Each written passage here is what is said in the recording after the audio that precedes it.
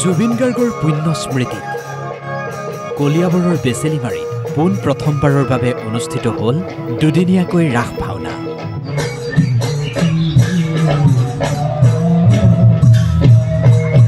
বেচেলিমাৰীৰ ৰাস উৎসৱ উদযাপন সমিতিয়ে অনুষ্ঠিত কৰা এই ৰাস মহোৎসৱৰ শুভ উদ্বোধন কৰিলে বিশিষ্ট সমাজ সংগঠক ৰাজনীতিবিদ মণিমাধৱ মহন্তই। প্ৰথম দিনা কলিয়াবৰৰ বেচেলিমাৰীৰ স্থানীয় যুৱক যুৱতীসকলে পৰিৱেশন কৰিলে ভগৱান শ্ৰীকৃষ্ণৰ ৰাসলীলা। ইয়াৰ পূৰ্বে বেচেলিমাৰী গাঁৱৰ সমীপতে থকা শংকৰ মন্দিৰত ৰাস উদযাপন হৈ আছিল যদিও এইবাৰ কেইজনমান যুৱকৰ বিশেষ তৎপৰতাত বেচেলিমাৰী উচ্চ মাধ্যমিক বিদ্যালয়ৰ খেলপথাৰত দুদিনীয়াকৈ বৰ্ণাঢ্য কাৰ্যসূচীৰে অনুষ্ঠিত হ'ল ৰাস মহোৎসৱ।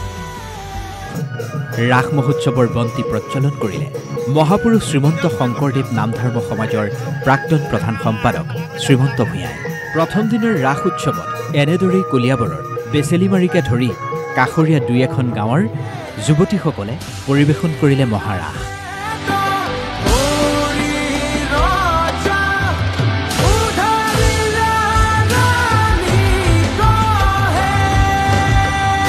দ্বিতীয় দিনা কলিয়াবৰৰ বাচকবনীয়া শিল্পীসকলে পৰিৱেশন কৰিলে মহাপুৰুষ শ্ৰীমন্ত শংকৰদেৱৰ অমৰ সৃষ্টি ৰাম বিজয় অংকীয়া ভাওনা।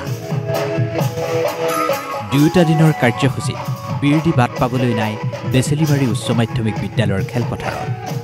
জুবিন গাৰ্গলৈ শ্ৰদ্ধাঞ্জলি জনাই তেওঁ দেখুৱাই যোৱা আদৰ্শৰে বাট বুলিম বুলি অনুষ্ঠানতেই সংকল্পবদ্ধ হয় বেচেলিমাৰীৰ যুৱক যুৱতীসকল। Bureau report DY365।